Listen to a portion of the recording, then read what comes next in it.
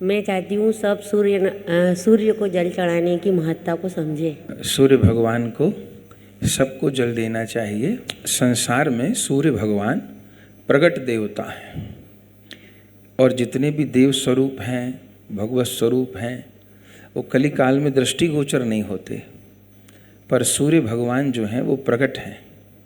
वो सतयुग में भी ऐसे ही थे, त्रेता में भी ऐसे ही थे, द्वापर में भी ऐसे ही थे और कलयुग में भी ऐसे ही हैं। जो भगवान का विराट स्वरूप है उसमें भगवान के दाहिने नेत्र कमल जो हैं वो सूर्य है और बाएं नेत्र कमल चंद्रमा है। तो जो सनातन धर्म है ये कृतज्ञता का धर्म है।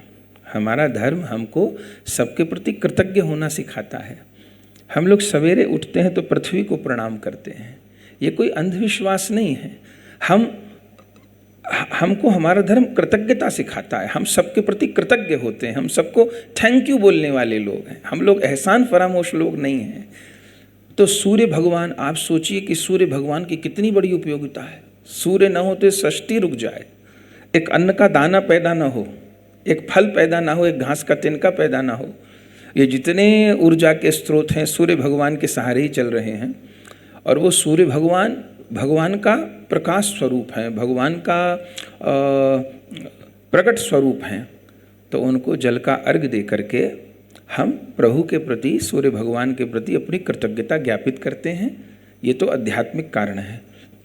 दूसरा, सूर्य भगवान को जल देने पर हमको अलौकिकता प्राप्त होती है, हमारी बुद्धि को प्रकाश प्राप्त होता है। आयुर्वेद में तो लिखा है जो सूर्य भगवान की प्रथम किरण होती है, भले वो गर्मी के दिन है भले वो सर्दी के दिन है, जो उनकी पहली रेज है, पहली जो धूप है, उसको 15 से 20 मिनट यदि कोई अपने एकदम वस्त्रों को हल्का करके उसको ग्रहण करता है तो बिल्कुल जीवनदायिनी होती है। केवल शारीरिक रोगों के लिए नहीं, मानसिक हर प्रकार से जीव का। वो जो सवेरे सूर्य भगवान आते हैं वो पूरी संपूर्ण ऊर्जा लेकर के आते हैं हमारे लिए।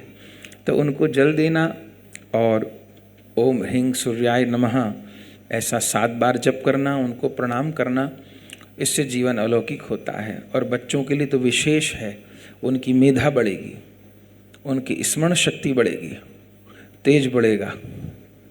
तो सूर्य भगवान को जल देना चाहिए, तुलसी जी को जल देना चाहिए, तुलसी जी को प्रणाम करना चाहिए, वो हरि प्रिया हैं। और अपने सब बच्चों को हम लोग के घर परिवार में हम लोग को उनको कुछ नियम जरूर बनवाएं। 15 मिनट, 20 मिनट, आधा घंटे का पढ़ने वाले बच्चे हैं तो उनको भी हम एक नियम बनवाएं। एक हनुमान चालीसा का पाठ कम से कम बच्चे जरूर करें। सब प्रकार से कल्याण होगा बालकों का। 5 मिनट का भी समय नहीं लगेगा। एक हरि नाम की माला, हम लोग श्री कृष्ण शरणम मम जपते हैं तो उसकी माला, हरे कृष्ण महामंत्र जपते हैं तो उसकी माला, कम से कम एक माला। और 5 मिनट प्रेयर, कोई भी स्तुति प्रार्थना अपने को करनी है, भले यमुनाष्टक का पाठ करना है, जो अपने को ठीक लगता है। और उसके बाद घर में जितने भी बड़े लोग हैं उनके चरण स्पर्श करने हैं मुझको, माता पिता के, दादी दादा के।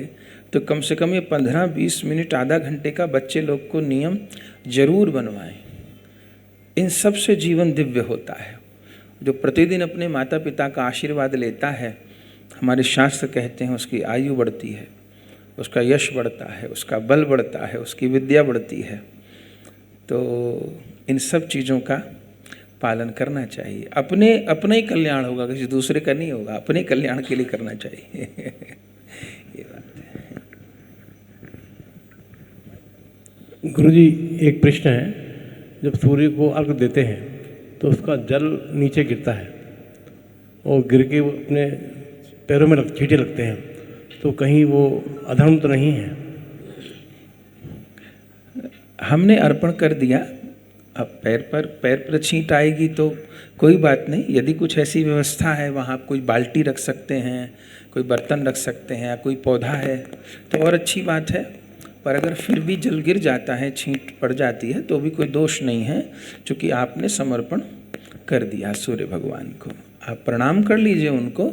और हो सकता है तो अपनी ही जगह खड़े होकर के आप 7 बार परिक्रमा लगा लीजिए। सूर्य भगवान की 7 परिक्रमा होती हैं, उस समय ओम ह्रीं सूर्याय नमः ऐसा बोला जाता है, तो वो आप कर सकते हैं।